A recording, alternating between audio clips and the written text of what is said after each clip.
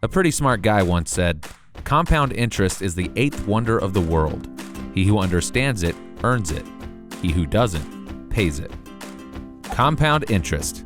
It may be compound, but it's not complex.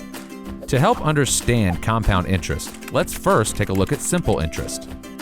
Say you have $100 earning 5% simple interest.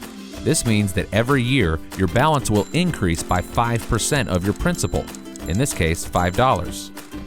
Compound interest, on the other hand, is interest that compounds annually, meaning the interest you earn each year is added to your principal, thus earning its own interest the following year. It's interest on interest. Interesting. So with simple interest, your balance's growth is constant, but with compound interest, not only is your balance growing, it's growing at an increasing rate. The true beauty and sheer power of compound interest reveals itself over time.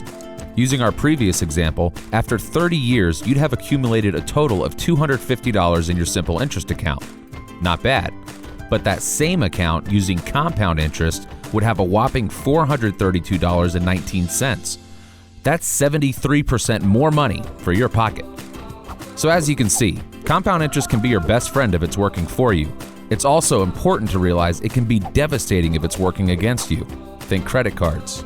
Turns out that Einstein guy knew what he was talking about.